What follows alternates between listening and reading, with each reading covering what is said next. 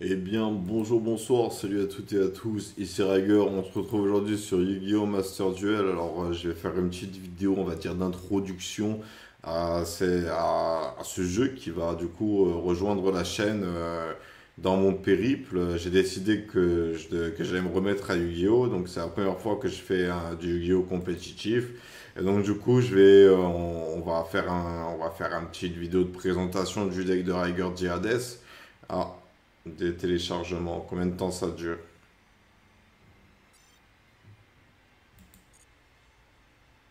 Ah, ça va, c'est rapide.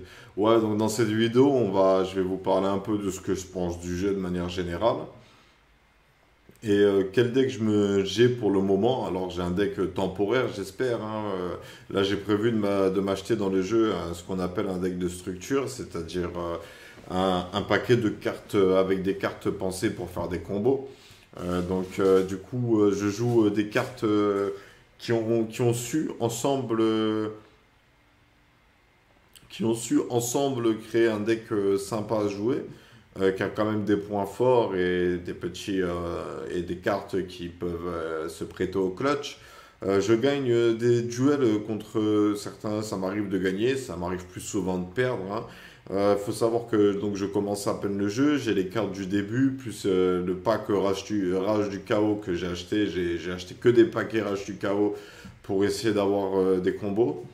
Donc le deck que je me suis fait au début, je voulais me faire un deck guerrier, mais petit à petit, le deck il s'est plus retrouvé comme étant plus les malheurs du cimetière, on va dire, et nique ta mère les effets.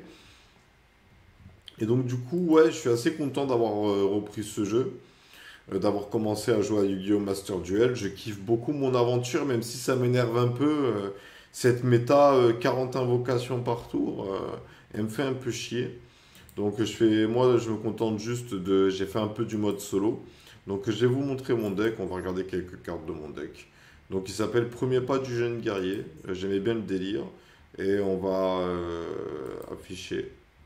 Euh, on va, on va le regarder. On a des cartes de monstres. Celle-là, elle est normale. Alors, une carte intéressante. Une carte intéressante. Celle-là. Non, les cartes que j'aime bien. Alors on a celle-là, live jumelle qui s'il kill.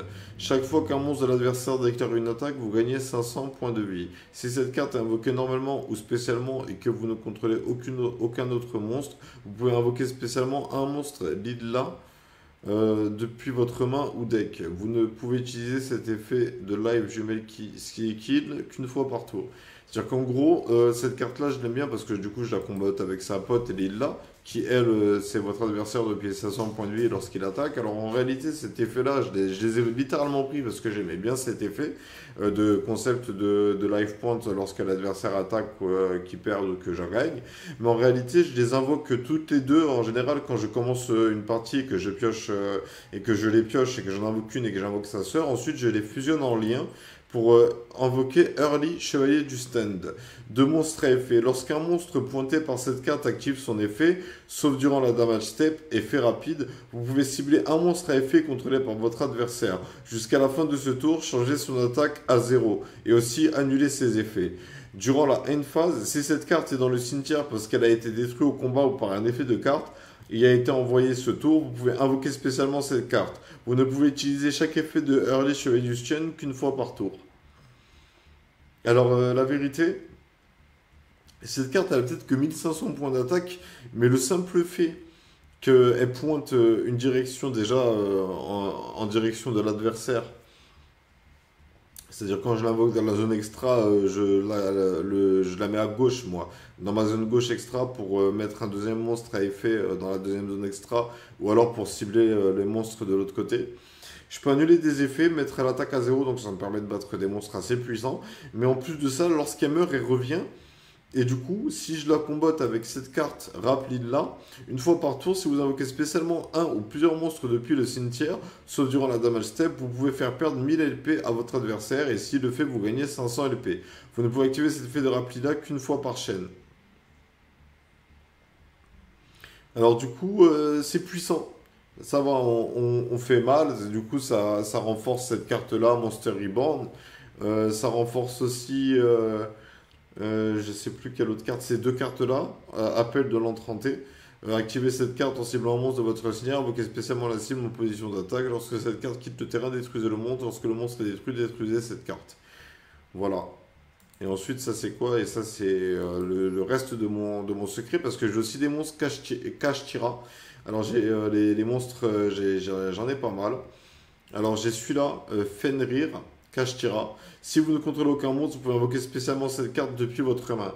Alors c'est l'effet est semblable aussi à Licorne et à Ogre. Mais ce qui est intéressant, c'est que chaque monde cache-tira, il a un effet qui bannit des cartes. Vous ne pouvez utiliser chacun des effets suivants de Fenrir Kashtira qu'une fois par tour. Durant votre main phase, vous pouvez ajouter un monstre Kashtira depuis votre deck à votre main. Lorsque cette carte déclare une attaque ou si votre adversaire active un effet de monstre, sauf durant la damage type, vous pouvez cibler une carte face recto contrôlée par votre adversaire, bannissez-la face verso. Ensuite, on a elle, donc pareil, je peux l'invoquer spécialement si je contrôle pas de monstre. Ensuite, je peux activer qu'une fois par tour. Alors, durant votre main phase, vous pouvez ajouter une magie cache-tira depuis votre deck à votre main. Lorsque cette carte déclare une attaque ou si votre adversaire active un effet de monstre, sauf durant la damage step, vous pouvez regarder l'extra deck de votre adversaire. Si vous le faites, bannissez-en face verso un monstre. Alors, je connais pas encore bien la méta. J'ai du mal à reconnaître les monstres dans la zone extra deck qu'il faut que je bannisse. Mais c'est un effet puissant dans cette méta où les mecs ils te font 40 invocations spéciales par synchro, par lien, par activation de rituel ou je sais pas quoi, quelle connerie, quand les mecs ils te balancent tous leurs combos dans la gueule. Si tu as invoqué cette carte-là, petit à petit tu peux affaiblir l'extra deck de ton adversaire et c'est assez pratique. Ensuite, on a Ogre Kashtira, donc c'est pareil, je peux l'invoquer spécialement si je ne contrôle pas de monstre. Les effets sont activés une fois. Durant votre main phase, vous pouvez ajouter une piège Kashtira depuis votre deck à votre main. Lorsque cette carte déclare une attaque ou si votre adversaire active un effet de monstre, sauf durant la damage step, vous pouvez dévoiler max 5 cartes du dessus du deck de votre adversaire, bannissez face verso une carte dévoilée et placez les cartes restantes au-dessus du deck dans le même ordre. Ça, c'est super fort, je trouve, parce que je peux littéralement contrôler le destin de mon adversaire. C'est littéralement la carte manipule l'âme des cartes.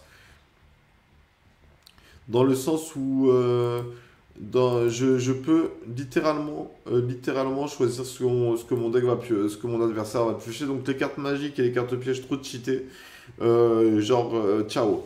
Ensuite, en carte intéressante, j'ai celle-là, mais en réalité, j'ai jamais su rien faire avec. Ni invocable normalement, ni posable normalement, uniquement invocable spécialement depuis votre main en bannissant un monstre lumière et un monstre ténèbres depuis votre cimetière. Donc je vous rappelle que j'ai un combo avec cette carte qui est la plupart du temps invoquée en sacrifiant les jumelles live qui sont comme par hasard du type lumière et du type ténèbres. Alors du coup, ça rajoute encore un point fort. Et ensuite, une fois par tour, vous pouvez payer 1000 LP, envoyer autant de cartes dans les mains de chaque joueur et sur le terrain que possible au cimetière, puis infliger 300 points de dommage à votre adversaire pour chaque carte envoyée dans le cimetière de l'adversaire par cet effet. Vous ne pouvez pas activer d'autres cartes ou effets durant le tour où vous activez l'effet de cette carte. C'est super puissant, je viens un peu de me rendre compte qu'en gros, je peux détruire n'importe quel monstre sur le terrain en sacrifiant 1000 points. C'est cool. Ensuite, j'ai des cartes, on va dire, celle-là, c'est pour récupérer des monstres guerriers, pour faire des synthoniseurs, parce que j'ai quand même des monstres synthoniseurs pour essayer de faire des invocations spéciales. Euh,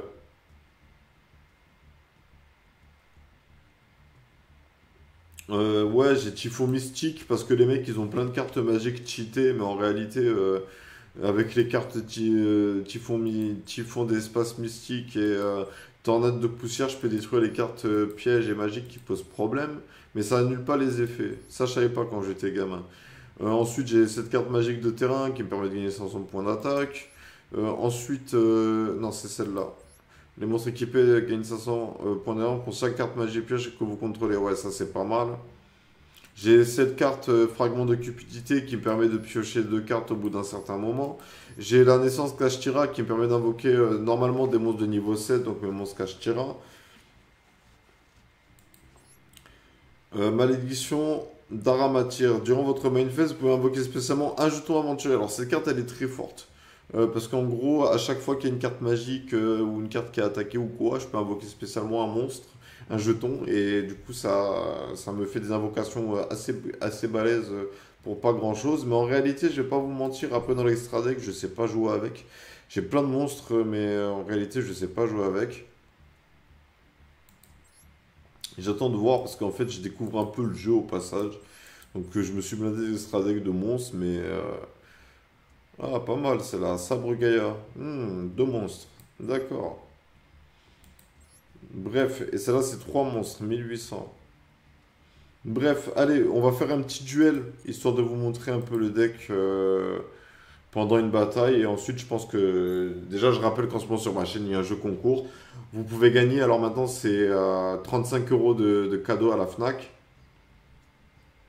Pour ce faire, vous devez réunir un maximum de mots-clés. Le thème, c'est la lumière. Il y a 20 mots-clés au total. Si vous avez réuni les 20 mots-clés, vous pouvez m'envoyer par message privé sur Discord les mots-clés que vous avez récoltés. Vous gagnerez le lot. Sinon, vous devez attendre le 6 septembre. Alors, ce sera dans 2 jours, au moment, ce sera demain, au moment où cette vidéo sortira. Et donc, du coup, je vais vous donner le mot-clé maintenant parce que ça va, je valide la vidéo même si je fais le duel. Alors, juste attendez. J'ai expliqué dans une vidéo les règles du jeu concours, alors je vous invite à aller la regarder, le lien il est dans la description, hein, jeu concours, l'appel de la lumière. Et donc du coup, le mot de cette vidéo, le mot-clé de cette vidéo, c'est briller. Le mot-clé de cette vidéo, je répète, c'est briller. Alors du coup on va faire un duel, on va tester le deck, mais par contre les gars je vous mens pas que mon deck il est vraiment pas méta. J'attends le deck de structure pour essayer de l'améliorer ou même me faire un nouveau deck. Et donc du coup j'ai réussi à me grader quand même hors 5. Je crois que c'est ça, hors 5. Ah non ça recommence. Ok, donc on recommence de zéro cette saison, bah parfait. Une nouvelle saison qui se prête à moi. Super, je vais pouvoir gagner plus facilement. Là, si je gagne le duel, je gagne 100 points et je vais pouvoir aller m'acheter le deck de structure directement dans la vidéo. Allez, espérons que l'âme des cartes sera avec nous dans ce duel. Ok, alors lui, il a le magicien des ténèbres, un beau petit paquet et des tags. Alors, je pense qu'il va me tabasser. Il doit avoir un deck grave cheaté. Mais je vois qu'il hésite. Moi, j'aime bien jouer en deuxième. Parce qu'en réalité, mon deck, il est pas bien. J'ai pas assez de monstres. Des fois, je me retrouve dans des situations, j'ai pas de carte monstre dans la main. Ok, bon, ça va. Alors, ça déconne pas. Je commence avec Raigeki. Je peux détruire tous ces monstres. Alors, c'est-à-dire que le tour suivant, il va faire son combo de malade et je vais pouvoir détruire tous ces monstres. Vous voyez, avec spécialement qui est banni ou dans votre main. Ok, alors lui, si vous contrôlez un monstre là, vous pouvez invoquer spécialement cette carte depuis votre main et aussi vous ne pouvez pas invoquer spécialement de monstre. Ok. Ok, donc on va commencer par celle-là. Tout ce que vous faites, on va l'invoquer spécialement en position d'attaque. On invoque. On va la mettre là. Ensuite, on va poser la carte piège. On va bien lire, durant le tour de chaque joueur, vous pouvez invoquer spécialement un monstre Kashtira qui est banni ou dans votre main. Si votre adversaire active un piège ou effet de piège, que vous contrôlez un monstre Kashtira et que cette carte est déjà face recto dans votre zone magique, vous pouvez regarder la main de votre adversaire. Si vous le faites, bannissez en face verso une carte. Vous pouvez utiliser chaque effet de préparation Kashtira qu'une fois par tour. Donc durant son tour, on va invoquer notre cher monstre Kashtira qu'on a eu la chance de piocher à Exert. On va l'activer, l'invoquer et... si cette carte est invoquée spécialement, je peux bannir une montre Kashtira depuis mon deck. Et ensuite, je comboterai justement avec celle-là qui me permet d'invoquer un monstre Kashtira banni. Ça va. On a de quoi faire le truc. Tu vois, c'est simple. Pas besoin de faire un gros combo pour avoir un move stylé. Allez, let's go. Parti pour la end phase. On va voir ce qu'il fait. On va essayer de comprendre. Donc, il pioche.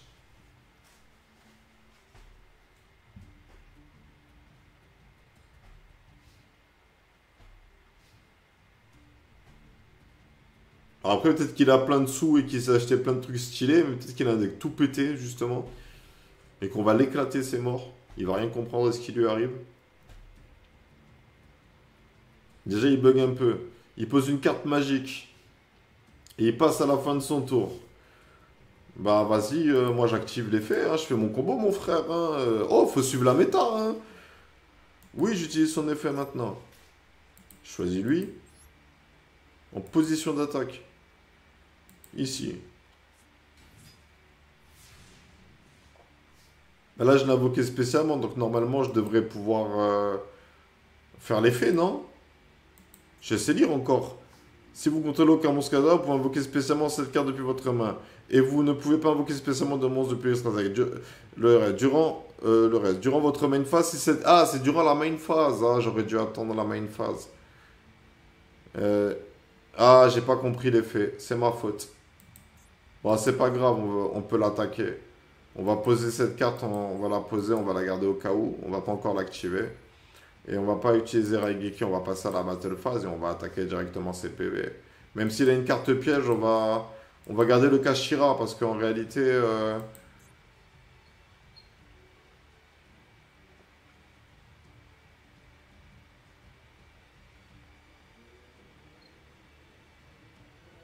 on va attaquer avec le monstre normal en premier.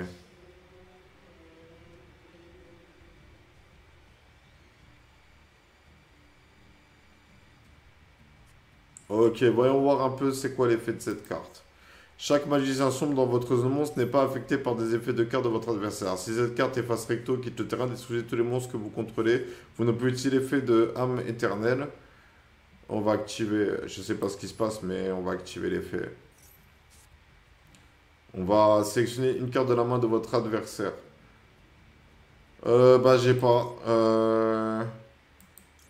Quelle carte je lui bannis? Il va forcément m'invoquer un magicien des ténèbres. On va bannir cette carte.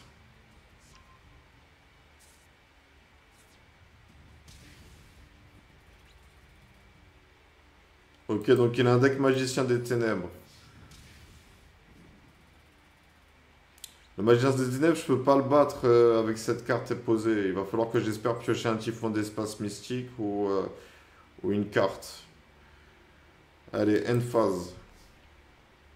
J'ai raté mon combo parce que j'ai pas bien lu l'effet de ma carte piège. Alors du coup, c'est vrai que j'ai pas mon Kashtira niveau 8 sur le terrain. Mais c'est pas impossible que j'arrive à faire quelque chose. En plus, je crois que je peux invoquer un truc de mon extra deck là. Un monstre à 2600 d'attaque.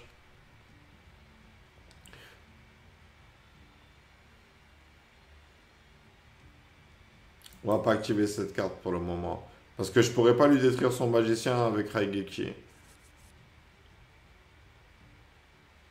Allez, à l'aise. Il est tout content de l'avoir récupéré, mais je crois qu'il a pas compris. Il a pas lu l'effet de ma carte comme moi j'ai fait. Donc on va lui retirer cette carte encore une fois, hein. Déjà, on va lui retirer celle-là, mais...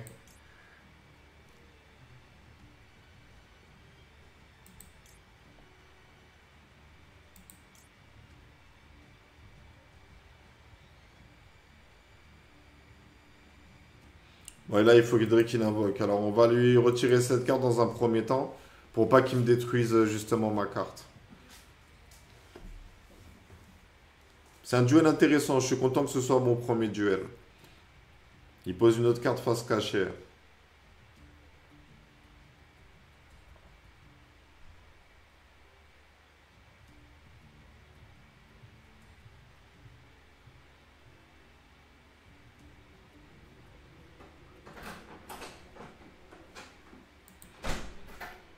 Ouais, let's go. Donc, il pose plein de cartes magiques.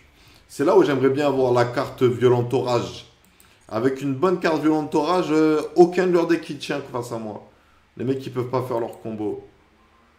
Bon, ok, j'ai mes naissances Kashtira. Parfait. On va l'activer.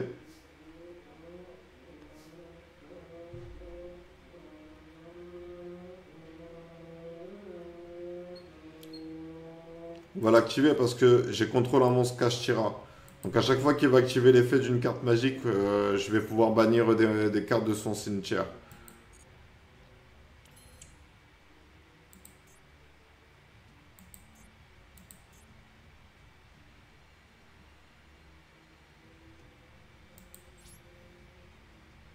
On va passer à la battle phase.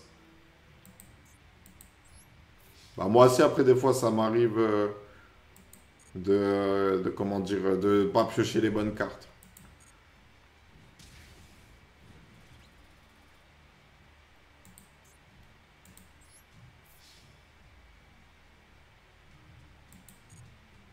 Je la garde pour clutch en réalité quand il attaquera.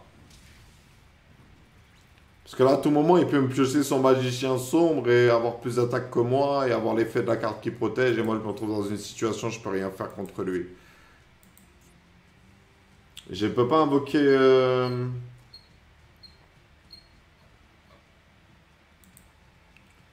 Non, deux monstres de niveau 4, c'est pas celle-là.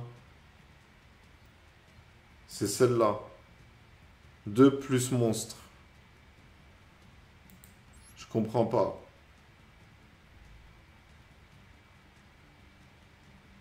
Ah, il faut une troisième carte.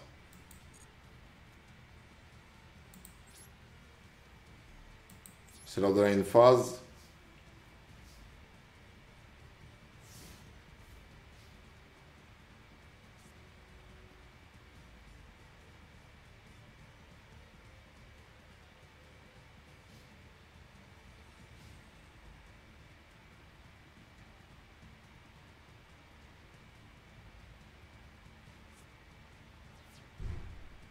Ok. Invoqué spécialement, vous pouvez ajouter un Magicien sombre depuis votre deck à votre main. Ok, donc il a enfin son combo. On va le laisser, on va le laisser penser que c'est gagné. Donc il va pouvoir me l'invoquer, je pense, avec une effet de carte magique ou je sais pas quoi. Pas besoin de faire de sacrifice. À quoi ça sert d'avoir inventé des règles? Attendez, c'est depuis votre deck, hein. Ouais, regarde. Invoquez spécialement une Magicien depuis votre main, puis invoquez spécialement un monstre thème magicien de max niveau 7 depuis votre deck. N'importe quoi, mon frère. N'importe quoi.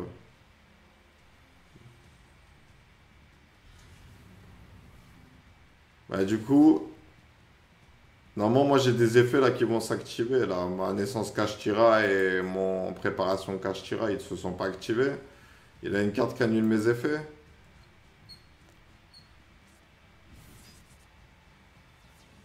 À l'aise.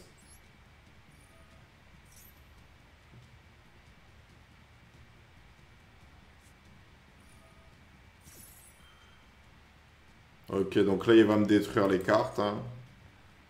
Et je pourrais pas lui détruire ses monstres. Et ouais, c'est abusé. Il va me tabasser.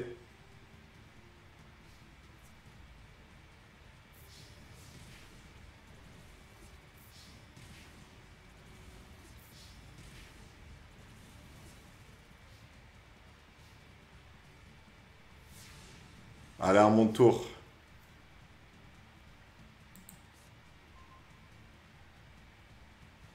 Mhm. Je suis vraiment dans la miel, là. C'est rien que j'utilise cette carte. Cette carte, regardez, elle protège. Chaque magicien sombre dans votre zone monstre n'est pas affecté par des effets de carte de votre adversaire.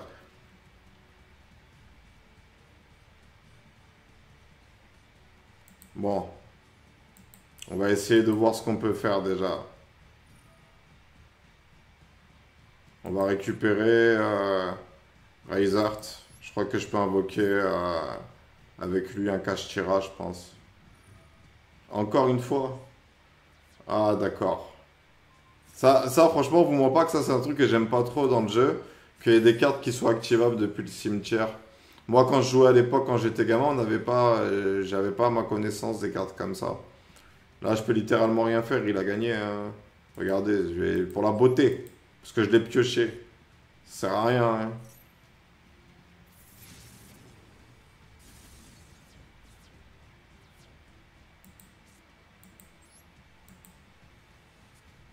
C'est littéralement tout ce que je pouvais faire. Mais au moins, comme ça, j'ai pu,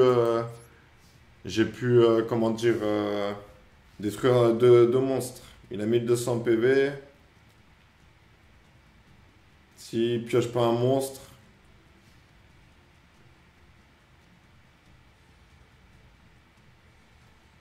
En réalité, si j'avais pas raté mon coche de, comment ça s'appelle, de Kashtira. Mais c'était cool comme duel. Je trouve qu'on a vu pas mal de jeux. Mais tu vois, lui, il a forcément eu un deck, comment dire, de structure. Tu vois. Toutes les cartes, elles sont pensées pour tourner autour d'une carte. C'est si t'as des cartes qui te permettent d'invoquer le magicien des ténèbres sans sacrifice. Moi, dans mon deck, j'ai Kashtira. Tu vois, je peux aussi invoquer des monstres qui ont 2800 d'attaque maximum sans faire de sacrifice. Alors en soi, c'est équilibré à ce niveau-là. Mais si j'avais pioché le typhon d'espace mystique, finalement, même si je l'avais pioché, il aurait pu me la détruire. Là, il a activé 3 cartes pour me détruire mon monstre. Et là, du coup, il va attaquer directement mes PV et...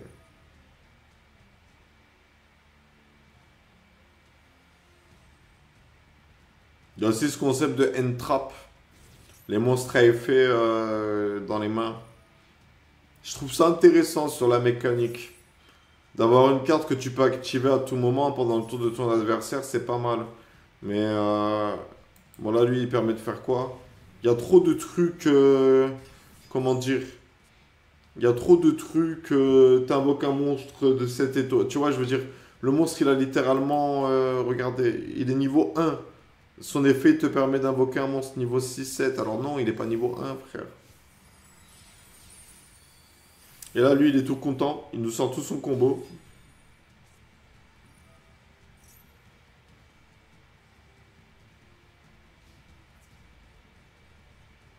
Bon, l'âme des cartes a été avec lui, hein.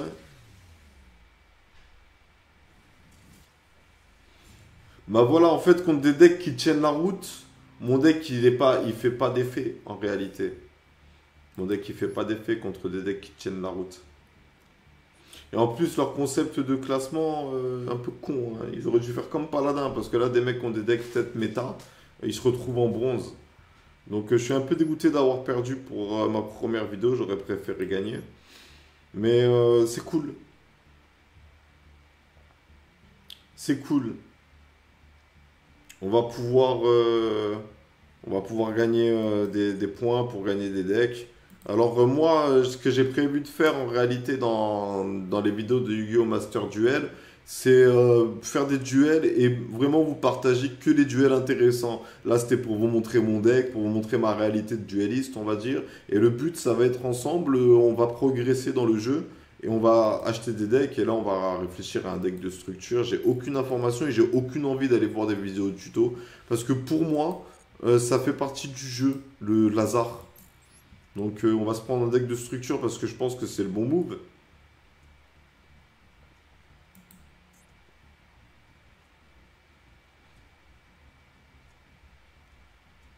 Moi j'aimerais bien un deck guerrier.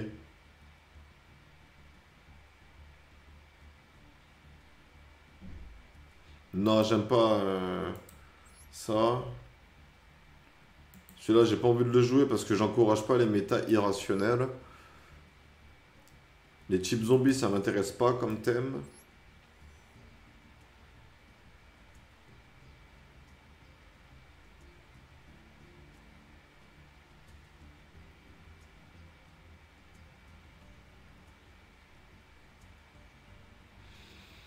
Non. Non, ça, Esprit embrasé me tente bien, mais je sais pas, je suis pas convaincu à 100%. On verra ça dans le prochain épisode quand on aura assez de trucs. On réfléchira au deck qu'on va acheter, mais il me faudrait un truc avec des synchros. Bref, sur ce, c'était Riger, c'était le début de mon périple sur Yu-Gi-Oh! Master Duel. J'espère que cette vidéo vous aura plu. On fera des duels et voilà, comme je vous dis, comme j'étais en train de vous dire, en réalité, j'enchaînerai les duels de mon côté et je partagerai sur la chaîne au cours de la journée que les duels intéressants. Et donc, on va s'arrêter là pour aujourd'hui. Sur ce, c'était Riger. Je vous remercie d'avoir suivi cette vidéo. Je vous souhaite une bonne journée, une bonne soirée, un bon après-midi et je vous dis à bientôt pour une prochaine vidéo.